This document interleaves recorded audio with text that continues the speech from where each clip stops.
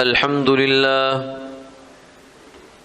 لله نحمده ونستعينه ونستغفره ونؤمن به ونتوكل عليه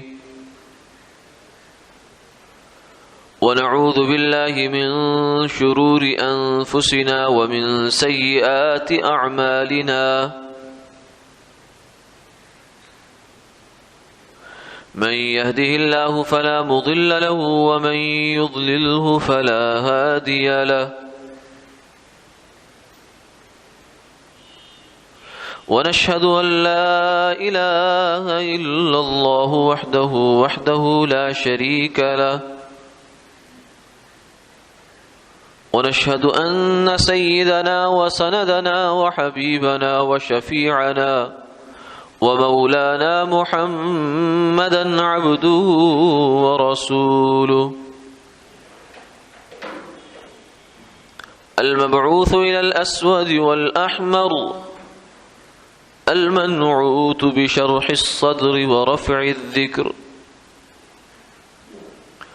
وصلى الله تعالى على خير خلقه محمد وعلى آله وصحبه وبارك وسلم أما بعد فقد قال الله تبارك وتعالى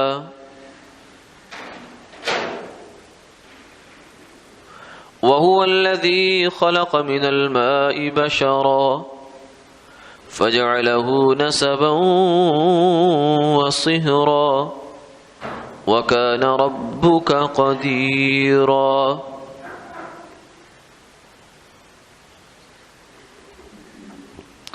صدق الله العظيم وصدق رسوله النبي الكريم ونحن على ذلك لمن الشاهدين والشاكرين والحمد لله رب العالمين اللهم صل على سيدنا محمد وعلى آله وصحبه.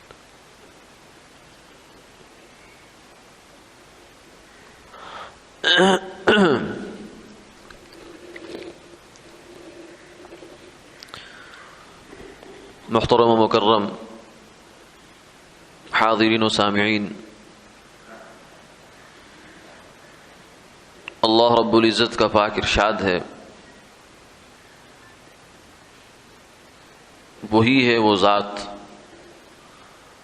جس نے پانی سے انسان کو پیدا کیا، پھر اس کا ایک نسب بنایا اور ایک سسرال بنایا، اور تیرا رب قدرت والا ہے۔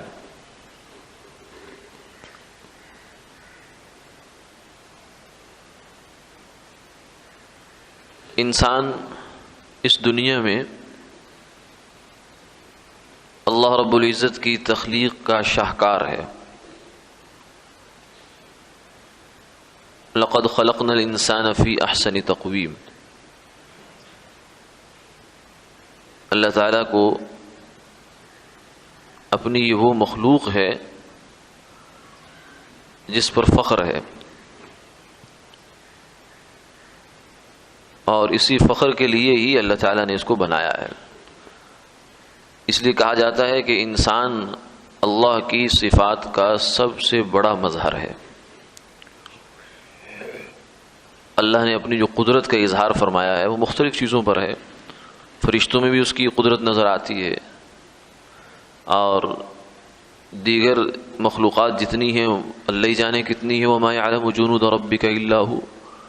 کتنی مخلوقات ہیں، کس قسم کی ہیں، یہ اللہ کے سوا کوئی نہیں جانتا۔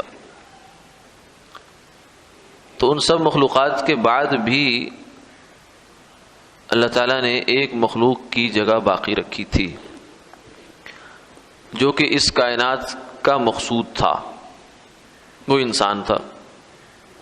اسی کے پیدا کرنے کے لیے اللہ تعالیٰ نے فرشتوں سے تذکرہ فرمایا، وَإِذْ قَالَ رَبُّكَ لِلْمَلَائِكَةِ إِنِّي جَاعِلٌ فِي الْأَرْضِ خَلِيفَةً، میں زمین میں ایک ہستی بنانے والا ہوں جو میری نیابت کا کام سر انجام دے گا۔ تو انہوں نے کہا کہ اگر آپ کی مقصود تسبیح و تقدیس ہے تو وہ تو ہم بھی کر رہے ہیں، فرمایا کہ نہیں، تمہاری بات اپنی جگہ ہے، لیکن جو مجھے اس سے چاہیے وہ تمہارے اندر نہیں ہے۔ انی اعلم ما لا تعلمون، میں وہ جانتا ہوں جو تم نہیں جانتے۔ تو فرشتوں کو اللہ تعالیٰ نے انسان کے مقابلے میں کمتر رکھا ہے، اس اعتبار سے کہ جو مقصود اللہ تعالیٰ کو اپنی صفات کے اظہار سے ہے، کیونکہ سارا جہان اللہ کی صفات کا ظہور ہے۔ حدیث پاک میں آتا ہے، اللہ تعالیٰ فرماتے ہیں، حدیث قدسی ہے، کنت کنزا مخفیا فاحببت ان اعرف فخلقت الخلق لاجلی، میں ایک چھپا ہوا خزانہ تھا، میں نے چاہا کہ مجھے پہچانا جائے، میری پہچان ہو، معرفت ہو، کوئی جاننے والا ہو، کوئی تذکرہ کرنے والا ہو، کوئی میرے اوپر جان لٹانے والا ہو۔ تو یہ جب میں نے چاہا تو اس کے لیے میں نے پھر مخلوق کو پیدا کیا، تو یہ ساری مخلوقات پیدا ہوتی چلی گئی۔ تو سب سے زیادہ جو بڑی مخلوق اور سب سے معظم مخلوق ہے اللہ تعالیٰ کی، وہ انسان ہے۔ تو اس لیے آپ بالکل بجا طور سے کہہ سکتے ہیں کہ اس کائنات کی تخلیق سے مقصود انسان تھا، جو اصل مقصود ہے وہ انسان تھا، جس کے لیے سارا عالم سجایا گیا۔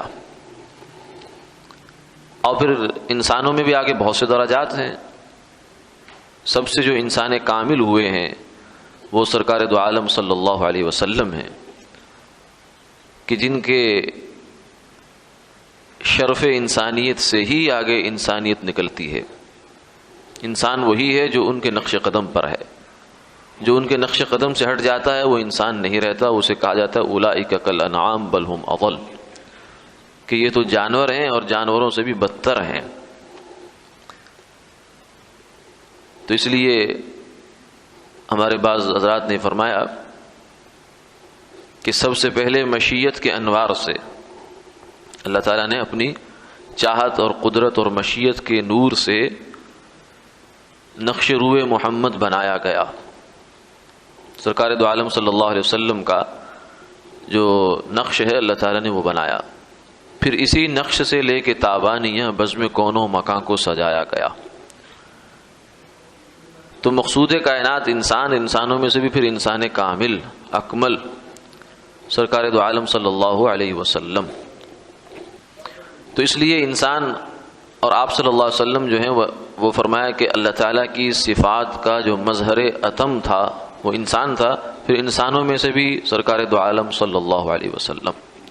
اس لیے آپ کی شخصیت جامع، کامل، اکمل، مکمل، اور آپ کا لایا ہوا دین بھی کامل بھی ہے، جامع بھی ہے، اکمل بھی ہے، مکمل بھی ہے، اس میں کوئی کمی نہیں ہے۔ اس لیے دین تو چلتا رہا، لیکن جب سرکار دو عالم صلی اللہ علیہ وسلم دنیا میں تشریف لائے ہیں اور آخری ایام آ گئے آپ کی بعثت کے، تو اس موقع پر اعلان فرمایا الیوم اکملت لکم دینکم واتممت علیکم نعمتی ورضیت لکم الاسلام دینا، آج میں نے اپنا دین مکمل کر دیا تمہارے لیے، اور اس کے بعد میں نے اپنی نعمت کو پورا کر دیا اور تمہارے لیے دین اسلام کو پسند فرما لیا۔ تو انسان کو اللہ تعالیٰ نے اپنی صفات کے ظہور کے لیے بنایا ہے، اور اس پر اللہ کو فخر ہے۔ تو فرشتوں کے اوپر اللہ اس فخر کا اظہار بھی فرماتے ہیں۔ جب کبھی حدیث پاک میں آتا ہے کہ جب انسان روزہ رکھتا ہے یا کوئی بھی نیکی کا کام مشقت کا کرتا ہے تو اللہ تعالیٰ فرشتوں سے خطاب کر کے پوچھتے ہیں بتاؤ یہ کیوں کر رہا ہے؟ حالانکہ اس کا پیٹ بھی ہے، اس کی خواہش بھی ہے اور اس کا نفس بھی اس کے ساتھ ہے، لیکن اس کے باوجود بھی یہ سب کچھ چھوڑ چھاڑ کر میرے حکم پر یہ کام کیے جا رہا ہے، میرے لیے کر رہا ہے۔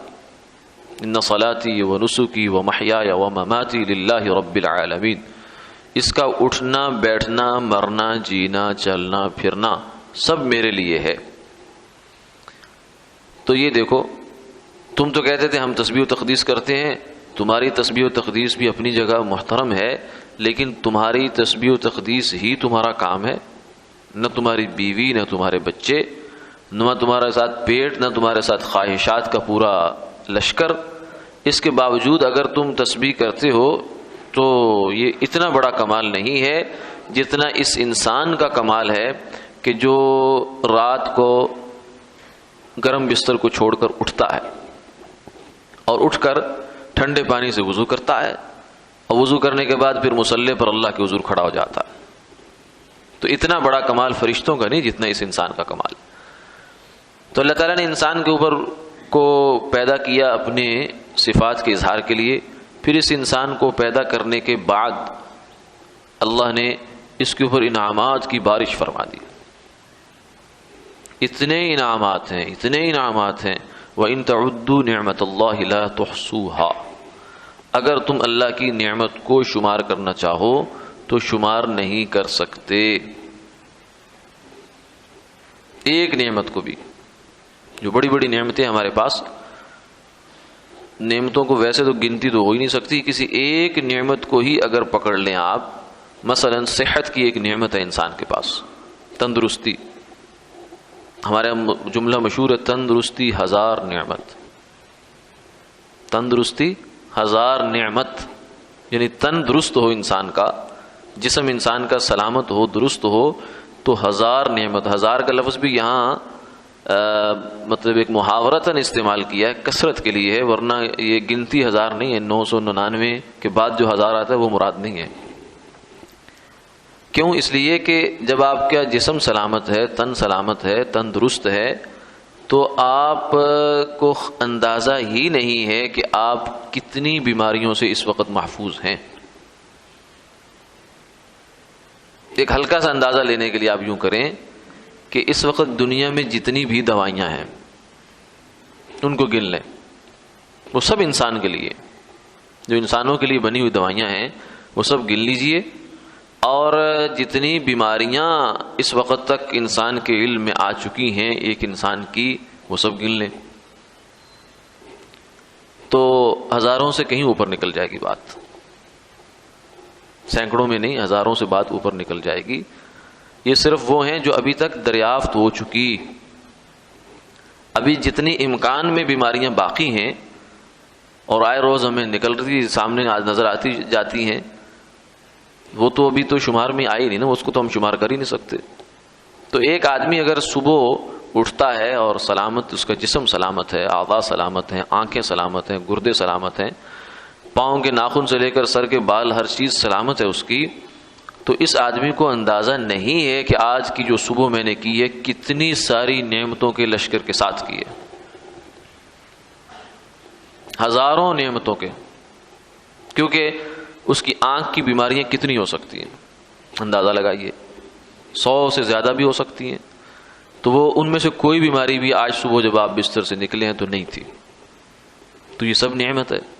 صحت تو ایک ہی لفظ بول دینا، آنکھ درست ہو گئی، تن درست ہو گیا، اب تن کی اس درستی کے اندر آگے کیا کچھ چھپا ہوا ہے وہ تو ہمیں کبھی سوچا ہی نہیں ہے، نہ اس طرف دھیان دیا، تو اس لیے فرمایا وَإِن تَعُدُّوا نِعْمَةَ اللَّهِ لَا تُحْصُوهَا، اگر تم لوگ اللہ کی نعمتوں کو شمار کرنا چاہو تو شمار کر ہی نہیں سکتے، اس لیے یہ کام چھوڑ دو، یہ تمہارے کام بس کا ہے ہی نہیں، تمہارے کرنے کا کام یہ ہے کہ شکر ادا کرو اس کا، اور ہر نعمت کا شکر ادا کرو۔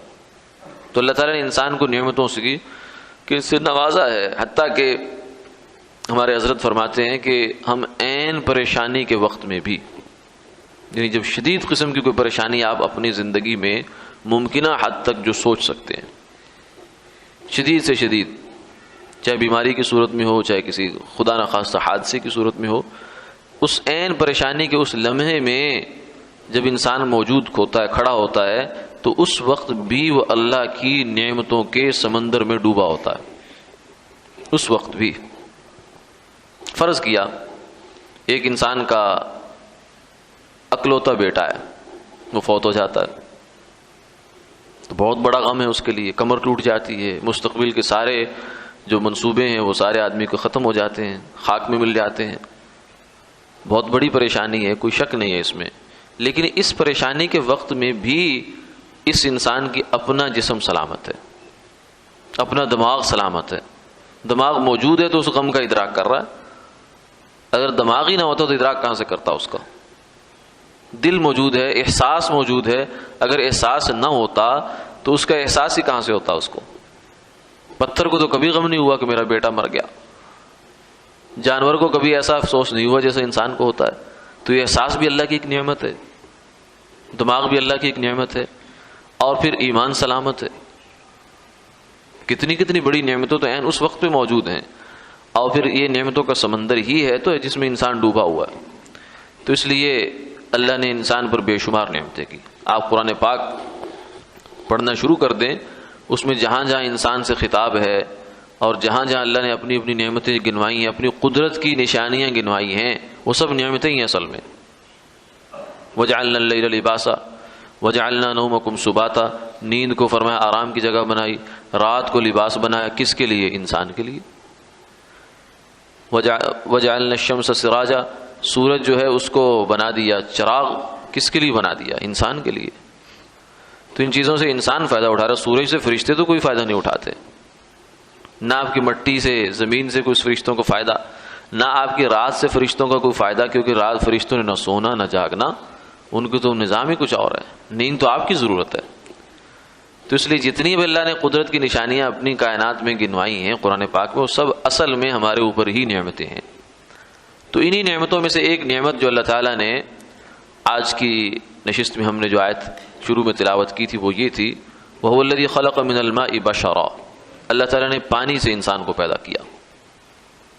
اب اسی کی تفصیل میں اگر آدمی چلا جائے تو بہت لمبی بات ہو جاتی، پانی کیا، کیسا، اور اس پر اللہ کی نقش و نگاری کیسی، اور اس کی قدرت کا اظہار کیسا۔ وَالَّذِي يُصَوِّرُكُمْ فِي الْأَرْحَامِ كَيْفَ يَشَاءُ، دنیا کو کوئی آرٹسٹ پانی کے اندر تصویر نہیں بنا سکتا، لیکن خدا تو پھر خدا ہے جو وہ کام کرتا ہے جو کوئی نہیں کر سکتا۔ اگر وہ بھی وہی کرے جو دوسرے کر سکتے ہیں تو پھر خدا میں اور دوسروں میں امتیاز کیا ہوا؟ اس لیے فرمایا کہ پانی سے انسان بنایا، فَجَعَلَهُ نَصَبًا وَصِهْرًا، اور اس کو دو نعمتیں مزید عطا فرمائی، ایک تو تخلیق کی نعمت ہو گئی، اور دوسری دو نعمتیں یہ ہے کہ ایک اس کا نسب بنایا اور ایک اس کا سسرال بنایا۔ یہ بھی اللہ نے نعمت گنوائی ہے۔ یعنی انسان دنیا میں جو آتا ہے وہ زمین سے اگتا نہیں ہے، آسمان سے گرتا نہیں ہے، بلکہ کیا ہوتا ہے، آپ نے نہیں دیکھا، کبھی بھی سنا ہوگا کہ فلاں پہاڑ پر اتنے رات کو آسمان سے انسان اتر آئے ہیں۔ وہ کہاں سے آئے ہیں؟ نہ ان کا باپ ہے، نہ ماں ہے، نہ ان کوئی بہن ہے، نہ بھائی ہے، نہ کوئی خاندان ہے، نہ قبیلہ ہے، نہ برادری ہے، کچھ بھی نہیں ہے۔ ایسا تو نہیں ہوتا۔ نہ ہی کبھی یہ سنا ہوگا کہ سمندر سے نکل آئے یا زمین سے نکل آئے، ایسا بھی نہیں ہوتا، بلکہ اللہ تعالیٰ نے ایک انسان کے وجود میں آنے کا ایک نظام بنایا ہے۔ شروع کا انسان اللہ نے اس کو بنایا مٹی سے، آدم علیہ السلام کو، اور اس کے بعد جو آگے توالد و تناسل کا سلسلہ بنا دیا وہ مرد عورت، ان دونوں کا آپس کا اجتماع، اس سے آگے نسل چلتی ہے انسان کی۔ اس لیے جو نکاح ہوتا ہے یہ انسان کی اجتماعی زندگی کی پہلی منزل ہوتا ہے، اجتماعیت کی پہلی منزل ہوتا ہے۔ تو اس کو اللہ تعالیٰ نے بطور نعمت کے شمار کیا کہ اے انسان، ہم نے تجھے پیدا کیا اور پھر تجھے ایک ماحول دے دیا، کیونکہ انسان کا بچہ جو ہے وہ عام دوسرے جانوروں کے بچوں سے بہت زیادہ کمزور ہوتا ہے، نااہل ہوتا ہے، ناکارہ ہوتا ہے۔ واللہ اخرجکم من بطون امہاتکم لا تعلمون شیئا، اللہ نے تمہیں اپنے ماؤں کے پیٹوں سے نکالا، تم کچھ بھی نہیں جانتے تھے، کچھ بھی نہیں جانتے تھے، اور پھر تمہیں جو ہے رفتہ رفتہ اس نے سکھانا شروع کیا، سمجھانا شروع کیا، بتانا شروع کیا۔ تو انسان کو اللہ نے ماں باپ کی صورت میں ایک بہترین رحمت، محبت، شفقت اور کیا کچھ نہیں ہے ان دو سایوں کے اندر وہ دیا ہے۔ یعنی اگر یہ اللہ تعالیٰ کا پیدا کیا ہوا نظام نہ ہوتا تو کیا ہوتا؟ اب کیا ہوتا ہے، انسان کے اندر پہلے اللہ نے خواہش رکھی ہے شادی کی، شادی کے لیے انسان مجبور ہو جاتا ہے، کرتا ہے، پھر اس کے بعد خواہش پیدا ہوتی ہے اولاد پیدا ہو جائے، اولاد ہو جاتی ہے، پھر اولاد کے جو ہے وہ چاؤ ہوتے ہیں، محبت ہوتی ہے، پیار ہوتا ہے، پھر اس پیار میں، اس محبت میں انسان خوشی خوشی کتنی قربانیاں کر جاتا ہے، قربانیاں، حتیٰ کہ ایسا وقت بھی آتا ہے انسان پر کہ وہ اپنی اولاد کے لیے اپنی جان دے دیتا ہے۔ کئی دفعہ ہوا ایسے، تاریخ میں ایک بہت بڑا واقعہ اس کے پیچھے ہے۔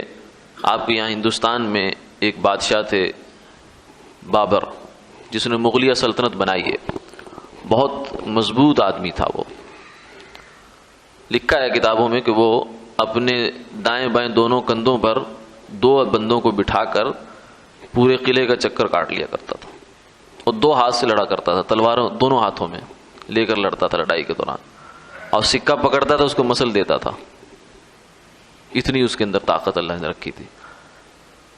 تو وہ اس کا بیٹا ہوا، ہمایوں اس کا نام تھا، تو وہ بیمار ہو گیا، اکلوتا بیٹا، اب یہ بڑا پریشان۔ اسی پریشانی کے عالم میں اس نے اللہ سے دعا کرنا شروع کر دی، اس لیے فرمایا کہ والد کی دعا اور اللہ کے درمیان کوئی حجاب نہیں ہوتا۔ ہم جو بہت سے مسئلے زندگی کے لیے پھرتے ہیں، اس کی ایک وجہ یہ بھی ہوتی ہے کہ ہم دعا ہی نہیں کرتے، دعا کی طاقت پر یقین ہی نہیں ہے، اعتماد ہی نہیں ہے کہ دعا سے بھی مسئلے حل ہوتے ہیں، حالانکہ دعا سے ہی مسئلے حل ہوتے ہیں۔ جو دعاؤں سے مسئلے اپنے حل کروا لیتے ہیں، پھر ان کو زندگی کے مسئلے پریشان نہیں کرتے، بہت چٹکیوں میں ان کے مسئلے حل ہو جاتے ہیں۔ اور جو اپنی عقل سے، اپنی فہم سے، اپنے زور سے اپنے مسئلے حل کرنا چاہتے ہیں، وہ بیچارے پریشان ہی رہتے ہیں، لگتا ہے ایسے بہت کام کر رہے ہیں، بہت مشقت میں پڑے ہوئے ہیں، لیکن پریشانی کچھ زیادہ ہوتی ہے، نتیجہ کچھ نہیں ہوتا۔ تو اس لیے والد کو اپنی اس طاقت کا احساس ہونا چاہیے کہ اللہ نے کتنی بڑی مجھے یہ ایک ایکسیس دے رکھی ہے۔ اگر کسی آدمی کو صدر وزیر اعظم یہ کہہ دے کہ یہ میرا نمبر ہے خاص الخاص، جب تجھے ضرورت پڑے ڈائریکٹ، کوئی بیچ میں سیکٹری نہیں، کوئی کچھ نہیں، کوئی فلاں نہیں، فلاں کچھ بھی نہیں ہے، تیری میری براہ راست بات ہوگی، کوئی پردہ نہیں ہے بیچ میں، تو آدمی اس کو کتنا فخر کی بات سمجھتا ہے۔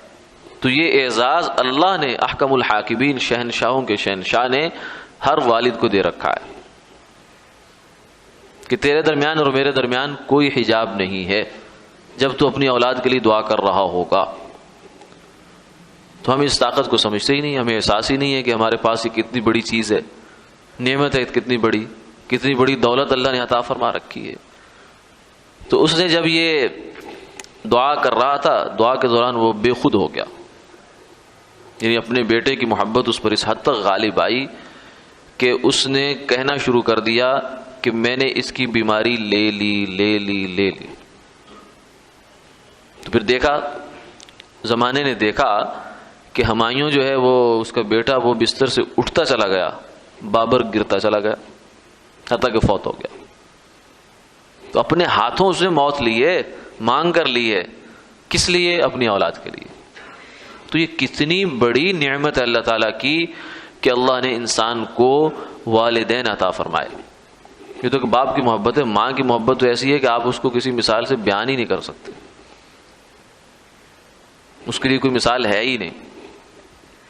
اللہ کی جو خاص رحمت ہے، رحمت کی صفت ہے، اللہ تعالیٰ نے اس کا جو سب سے زیادہ جو ظہور فرمایا ہے اس کائنات میں، وہ اس ہستی کی صورت میں جسے ماں کہا جاتا ہے۔ اللہ کی رحمت کی جو سب سے بڑی مثال ہو سکتی ہے انسان کے قریب، ویسے تو سرکار دو عالم صلی اللہ علیہ وسلم ہی اس کا مظہر عتم ہے، لیکن آدمی کو سمجھنے کے لیے زیادہ قریب کی باتیں ذرا زیادہ نظر آتی ہیں، سمجھ میں آتی ہیں۔ تو اللہ کی یہ صفت رحمت اتنی بڑی ہر گھر میں ہر انسان کے ساتھ موجود ہے، جسے ماں کہا جاتا ہے۔ تو اس کے دل میں اللہ نے محبت ڈال دی، تو یہ اس کا احسان ہے۔ اور کبھی کبھی ایسا ہوتا ہے کہ اللہ تعالیٰ اس محبت کو نکال بھی دیتے ہیں، تو اس سے آدمی کو سمجھ میں آ جاتا ہے کہ کیا ہو رہا ہے۔ کبھی کبھی ہوتا ہے کہ کسی ماں نے بچہ جنا ہے، لیکن اس کے بعد اس کو کوئی احساس نہیں کہ میرا بیٹا کہاں جا رہا ہے، کیا نہیں ہو رہا۔ لیکن عام طور سے ایسا ہوتا ہے کہ اللہ تعالیٰ نے وہ شفقت رکھی ہے، تو یہ بہت بڑی نعمت ہے اللہ تعالیٰ کی۔ پھر اس کا پورا، یہ تو ماں باپ ہو گئے، پھر اس ماں باپ کے ساتھ جڑنے والے جتنے رشتے ہیں وہ سارے انسان کے لیے، انسان کے پاس ایک دیوار ہے باڑ ہوتی ہے جس کے اندر وہ جی رہا ہوتا ہے، جسے خاندان کہا جاتا ہے، فیملی جسے کہتے ہیں، قبیلہ جسے کہتے ہیں، پھر اس کے دائرے بڑھتے چلے جاتے ہیں۔ تو آدمی کے ساتھ اللہ تعالیٰ نے یہ فرمایا کہ میں نے اے انسان تیرے اوپر بڑی نعمت کی ہے، اس کا احساس کر، اس کی قدردانی کر۔ اگر اس نعمت کا تجھے احساس نہیں ہے تو تھوڑی دیر کے لیے ذرا سوچو تو صحیح، نہ تمہاری ماں ہے، نہ باپ ہے، نہ بہن ہے، نہ بھائی ہیں، نہ تمہارا قبیلہ ہے، نہ برادری ہے، کوئی بھی نہیں ہے، تم اکیلے تنہا ہو تو کس قدر تمہیں مایوسی کا سامنا کرنا پڑے گا۔ اس سے اندازہ لگائے کتنی خوشیاں جو ہیں اللہ تعالیٰ تمہیں اس راستے سے دیتے ہیں۔ تو یہ جو خاندان ہے یہ بھی اللہ تعالیٰ نے فرمایا کہ میں نے ایک نعمت بنائی ہے تمہارے لیے، خلق من الماء بشرا فجعلہ نسبا، اس کا ایک نسب بنایا۔ باپ کا رشتہ ہے، باپ کا رشتہ نسب کا رشتہ ہے۔ جب یہ نسب کا رشتہ ٹوٹ جاتا ہے، ختم ہو جاتا ہے تو انسان بکھر جاتا ہے۔ انسان اس کے بعد صرف ایک 4-5-6 فٹ کی ایک لاش ہی رہ جاتا ہے، ورنہ حقیقت میں وہ ختم ہو جاتا ہے۔ اس لیے اس چیز پر بہت زیادہ زور رکھا گیا کہ نسب محفوظ ہونا چاہیے۔ ایک مرد عورت کا جو آپس کا تعلق ہے جسے ایک نکاح کے دائرے میں آنا چاہیے، زنا نہیں ہونا چاہیے۔ زنا وہ لعنت ہے جو اس نسب کو توڑتی ہے، اس خاندان کے سسٹم کو تباہ کر دیتی ہے، پکڑ کے ختم کر دیتی ہے۔ تو اس لیے شریعت نے اس پر کتنا زوردار طریقے سے پہرا لگا دیا کہ تاکہ انسان کا یہ جو نعمت ہے خاندان کی صورت میں، ماں باپ کی محبت، اس لیے کہ جب زنا کرنے والا زنا کر بیٹھتا ہے تو اس کو تو غرض کس سے ہوتی ہے؟ وہ تو صرف اپنی خواہش پوری کرنے آیا ہے۔ اس کے بعد وہ بچہ کون پالے گا، کیا ہوگا، کیا نہیں ہوگا، اس کو تو اس سے کوئی غرض نہیں ہے۔ وہ تو گیا، شیطنت تھی وہ نکل گئی، اس کی ختم ہوگی کہانی۔ لیکن جو اللہ تعالیٰ کا دیا ہوا نظام ہے انسان کے ساتھ، وہ تو یہ ہے کہ اس خواہش کے نتیجے میں نکاح کرواتے ہیں، نکاح کروانے کے بعد اس کو باندھ دیتے ہیں ساتھ، اتنا اس کے ساتھ اٹیچ کر دیتے ہیں اولاد کے ساتھ والد کو کہ وہ اس کے دکھ میں دکھی ہو جاتا ہے۔ اگر وہ بیمار ہو تو اس کو رات کو نیند نہیں آتی۔ تو یہ نکاح کی برکت ہوتی ہے، نکاح کی برکت سے اللہ تعالیٰ اس رشتے کو محفوظ فرماتے ہیں اور نسب کا سلسلہ انسان کے گرد اس کو مضبوط رکھتے ہیں۔ اس لیے زنا کے اوپر بہت سختی سے پابندی لگائی، زنا کی طرف جانے والے سارے رستوں کو بند کر دیا، کیونکہ جو خطرناک چیز ہوتی ہے اس کے قریب بھی نہیں جایا جاتا، اس تک تو جاتے ہی نہیں ہے، اس کے قریب بھی نہیں جاتے۔ تو یہ انسان کی دنیا میں تباہی لاتا ہے۔ زنا جو ہے یہ اس لیے فرمایا کہ جس معاشرے میں زنا بڑھ جاتا ہے اس پر پھر اللہ کا عذاب آ جاتا ہے۔ اس عذاب کی ایک صورت یہ بھی ہوتی ہے کہ انسان اس دنیا میں رہتے ہوئے اپنے ہاتھوں سے خودکشی کرتا ہے، پھر مایوسیوں کا شکار ہو جاتا ہے۔ جب یہ اس کا خاندان کا کی چھتری اس کے سر سے اتر جاتی ہے تو پھر سوائے مایوسی کو اس کے پاس کچھ نہیں رہ جاتا بیچارے کے پاس۔ تو اس لیے زنا کے اوپر اللہ نے بہت روک لگائی، فرمایا کہ جو اگر غیر شادی شدہ یہ کام کرے گا تو اس کو 100 کوڑے لگائے جائیں گے، مرد اور عورت دونوں کو۔ وَلَا تَأْخُذْكُمْ بِهِمَا رَأْفَةٌ فِي دِينِ اللَّهِ، اللہ کے دین کے اس عمل کو جاری کرنے میں کسی قسم کی شفقت تمہیں آڑے نہیں آنی چاہیے، ہمدردی کا احساس، جذبہ نہیں آنا چاہیے۔ کیوں؟ اس لیے کہ یہاں تم ایک فرد کے ساتھ ہمدردی کرو گے، اگر اس زنا کی حوصلہ افزائی ہوتی رہی، یہ چلتا رہا تو نتیجتاً تمہارا معاشرہ بگاڑ کا شکار ہو جائے گا، تباہ و برباد ہو جاؤ گے۔ اس لیے جیسے آپریشن ہوتا ہے، کسی جگہ اگر کینسر آ جائے تو ڈاکٹر کوشش کرتے ہیں علاج ہو، ورنہ کہتے ہیں اس کو کاٹ کے جدا کر دو تاکہ باقی جسم بچ جائے۔ تو اس لیے جس سے ایسا حرکت ہوگی تو اس کو پھر شریعت کہتی ہے 100 کوڑے لگاؤ تاکہ یہ عبرت کا نشان بن جائے۔ وَلْيَشْهَدْ عَذَابَهُمَا طَائِفَةٌ مِّنَ الْمُؤْمِنِينَ، مسلمانوں کی جماعت ایک دیکھے بھی کہ زنا کرنے والے کا یہ انجام ہوتا ہے۔ اور اگر وہ شادی شدہ ہے تو پھر فرمایا کہ فَرْجُمُوهُمَا، ان دونوں کو رجم ہوگا۔ اگر زنا کرنے والے مرد اور عورت شادی شدہ ہیں تو دونوں کا رجم۔ رجم کیا ہوتا ہے کہ پتھروں سے زندہ جیتے جاگتے آدمی کو سنسار کر دیا جاتا ہے۔ آخر اتنی سخت جو سزا اللہ نے تجویز کی ہے وہ کس لیے؟ اللہ کو کیا فائدہ ہے؟ بندے مرتے ہیں جیتے ہیں، اس سے کیا فرق پڑتا ہے؟ وہ ہمارے لیے، ہماری نسل کو، نسب کو بچانے کے لیے ہے۔ اگر یہ چیزیں ہٹا دی جائیں، زنا کے دروازے کھول دیے جائیں، پھر خاندان نہیں بچتا انسان کا۔ یہ خاندان جو موجود ہے یہ انسان کی بہت ساری برائیوں سے حفاظت کرتا ہے، اگرچہ اس کے نتیجے میں کچھ بوجھ بھی آتے ہیں انسان پر، لیکن یہ تو دنیا کا دستور ہے۔ دنیا میں آپ کو اگر کوئی فائدہ چاہیے تو اس کے ساتھ آپ کو کوئی نہ کوئی ذمہ داری اٹھانی پڑتی ہے۔ صرف فائدے ہی فائدے آپ سمیٹنے کی کوشش کریں تو دنیا میں کوئی صحیح کام نہیں ہوتا۔ آپ انویسٹمنٹ کرتے ہیں، آپ کہتے ہیں مجھے نقصان سے کوئی غرض نہیں، تو جائے بھاڑ میں، مجھے تو اتنا پرافٹ مہینے کے بعد چاہیے، تو یہ سود ہو جاتا ہے، کیونکہ آپ نقصان کیوں نہیں شیئر کر رہے اس کے ساتھ؟ آپ اپنا پرافٹ فکس کر رہے ہیں تو یہ تو آپ فائدہ تو لیے جا رہے ہیں لیکن آپ نقصان اٹھانے کے لیے تیار نہیں ہیں۔ اسی طریقے سے ایک آدمی مرد عورت کے ساتھ تعلق قائم کرتا ہے جسمانی، اور وہ اس کی ذمہ داریاں نفقہ اٹھانے کے لیے تیار نہیں ہے، اس کو گھر دینے کے لیے تیار نہیں ہے، اس کو رہائش دینے کے لیے تیار نہیں ہے، اس کے کپڑے لتے کا خرچہ اٹھانے کے لیے تیار نہیں ہے، تو یہ زنا ہوتا ہے۔ کیونکہ خواہش تو پوری کر لی لیکن اس کے نتیجے میں جو ذمہ داری ہے وہ اٹھانے کے لیے تیار نہیں ہے۔ تو انسان، یہ شریعت کا ضابطہ ہے الغنم بالغرم، کہ جہاں بھی آپ کو فائدہ ملتا ہے وہاں ذمہ داری آپ کو اٹھانی پڑتی ہے۔ تو خاندان، فیملی جو ہوتی ہے انسان کی، یہ بہت بڑی نعمت ہے اللہ تعالیٰ کی، تو اس نعمت کے کچھ تقاضے بھی ہوتے ہیں، ذمہ داریاں، بوجھ بھی ہوگا۔ ہم جو شکوہ کرتے ہیں کہ جناب یہ کیا ہو گیا، فلاں جو ہے دخل دے رہا ہے ہماری پرائیویسی میں، یہ پرائیویسی جو ہوتی ہے نا یہ اصل میں شیطانی ہے، ٹھیک ہے؟ انسان اس دنیا میں اللہ تعالیٰ نے اس کو ایک اجتماعی نظام کے اندر پیدا کیا ہے، وہ جنگل کی مخلوق نہیں ہے، نہ جنگل میں رہ سکتا ہے، وہ لوگوں کے ساتھ مل جل کر ہی رہے گا۔ تو یہ جو ایک خیال آ جاتا ہے بعض دفعہ ذہنوں میں، خاص طور سے ہماری نوجوانوں کے ذہنوں میں، کہ کیا مصیبت ہے کہ ماں باپ ہماری زندگیوں میں دخل دے رہے ہیں، یہ شیطان کا کام ہے۔ حتیٰ کہ یہ خیال اس حد تک لے جاتا ہے انسان کو کہ ابھی حال ہی میں انڈیا کی ایک عدالت میں ایک نوجوان نے کیس دائر کیا اپنے والدین کے خلاف۔ اس نے کہا ہے کہ ان سے یہ پوچھا جائے کہ میری مرضی کے بغیر مجھے دنیا میں کیوں لائے ہیں۔ یہ ہوتا ہے شیطان سوار ہو جاتا ہے انسان پر،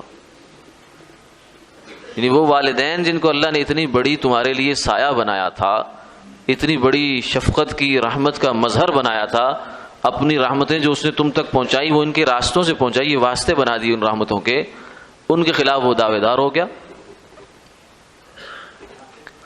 تو یہ سوچ اور فکر جو ہے شیطان لاتا ہے۔ اس لیے اللہ چاہتے ہیں کہ خاندان مضبوط ہو جائے، انسان میاں بیوی کا جو رشتہ جڑتا ہے، پھر اس رشتے کے نتیجے میں آگے پھل پھول نکلتے ہیں اولاد کی صورت میں، پھر اولاد در اولاد کی صورت میں ایک پورا خاندان بن جاتا ہے، پورا شجرہ بن جاتا ہے۔ اس لیے خاندان کو شجرہ کہتے ہیں، شجرہ نسب۔ تو اللہ چاہتے ہیں یہ محفوظ رہے ہر صورت میں، اس لیے نکاح کو بنائی سنت المرسلین بنایا، النکاح من سنتی، اور زنا کو کیا حرام، اور طلاق کو کیا ابغض الحلال، کہ جتنی بھی چیزیں اللہ نے جائز قرار دی ہیں ان میں سے سب سے اللہ کی نظر میں ناپسندیدہ چیز طلاق ہے، اور شیطان سب سے زیادہ اس پہ خوش ہوتا ہے۔ جب میاں بیوی میں پڑ جاتا ہے تناؤ، شیطان کی وہ چاندی کا دن ہوتا ہے۔ اس لیے کہتے ہیں شیطان جو ہے وہ ابلیس اپنا سمندر میں تخت بچھاتا ہے، حدیث پاک میں آتا ہے، اور وہ اپنے چیلوں چانٹوں کو بھیجتا ہے، جاؤ کام کر کے آؤ، ڈیوٹی ذمہ داری ادا کر کے آؤ۔ تو مختلف چیلے چانٹے آتے ہیں، اپنی کارگزاریاں سناتے ہیں آ کر، کوئی کہتا ہے میں نے یہ کیا، کسی سے نماز چھڑوا دی، کوئی کہتا ہے میں نے شراب پلوا دی، کوئی کچھ مختلف ہو اپنے کارنامے سناتے، کہتا ہے ٹھیک ہے ٹھیک ہے ٹھیک ہے۔ وہ کوئی اتنا زیادہ ان کو پروٹوکول نہیں دیتا۔ ایک اس کا شتونگڑا آتا ہے اور آ کر کہتا ہے کہ میں نے پتہ ہے کیا کیا، ایک میاں بیوی تھے، میں دونوں کے درمیان لگا رہا، اس کو سناتا تھا، اس کو بڑی کر کے دکھاتا تھا کہ یہ دیکھ تیری عزت نہیں کر رہی، تو اتنا چھوٹا آدمی ہے کہ تیری بیوی تیرے سامنے ایسا ایسا کر رہی، پھر اس کو اس کی بتاتا تھا کہ دیکھ تیرے میاں کے دل میں تیری کوئی جگہ نہیں ہے، تو کیا اس کے پیچھے پھرتی ہر وقت۔ حتیٰ کہ میں نے کرتے دونوں کے فرقت بینہما، ان دونوں کے درمیان جدائی ڈال دی، آج ہی وہ یونین کونسل میں پیپر سائن کر کے آ رہے ہیں۔ میں آج اتنا کام کر کے آ گیا. تو ابلیس اتنا خوش ہوتا ہے کہ اپنے تخت سے نیچے اترتا ہے, اپنی جگہ چھوڑتا ہے اور اس کو قریب لا کر اپنے گلے سے لگاتا ہے, کہتا ہے واہ واہ واہ تو نے بڑا کام کیا. تو آخر یہ جو میاں بیوی کا رشتہ ہے, پھر یہ خاندان اس سے آگے وجود میں آتا ہے, تو اس کو توڑنے والی کوئی بھی چیز ہو, چاہے وہ ہماری تعلیم ہو, چاہے وہ ہمارا میڈیا ہو, چاہے کوئی بھی ہو, سب شیطان کے کارندے ہیں جو یہ لوگوں کے ذہنوں میں ڈالتا ہے اپنی مرضی, اپنی شادی, اپنے جسم, اپنا یہ وہ فلاں فلاں. یہ اصل میں شیطانی ساری دعوت ہے جو چل رہی ہے اس وقت ہمارے تعلیمی اداروں میں بھی, اور اس کے علاوہ باقی جو غیر رسمی قسم کے ہمیں معلومات دینے کے جو ذرائع ہیں میڈیا وغیرہ کے, ان کے اوپر بھی چلتا ہے. اللہ تعالی ہمارے مسلمانوں کو سمجھ عطا فرماتے ہیں کہ یہ کتنا بڑا نقصان ہونے جا رہا ہے. اگر یہ خاندان نکل گیا ہمارے ہاتھ سے تو ہمارا حال بھی وہی ہونا ہے جو یورپ میں لوگوں کا ہو رہا ہے. وہاں کیا ہو رہا ہے کہ ایک آدمی مر جاتا ہے, اس کو کوئی پانی پوچھنے والا نہیں ہے موت کے وقت. 15 دن بعد 20 دن بعد کیڑے پڑ جاتے ہیں, بدبودار ہو کر لاش اس کی ڈاکٹر نکالتا ہے اس کے گھر سے. ایک بندہ رہ رہا ہوتا ہے, انفرادیت ہوتی ہے نا, تو اس لیے وہاں سے وہ مر جاتے ہیں. تو خدا نہ کرے کہ مسلمان امت مسلمہ پر یہ وقت آئے, اللہ تعالیٰ اس سے پہلے ہمیں ہوش کے ناخن لینے کی توفیق عطا فرمائے. آمین آمین یا رب العالمین.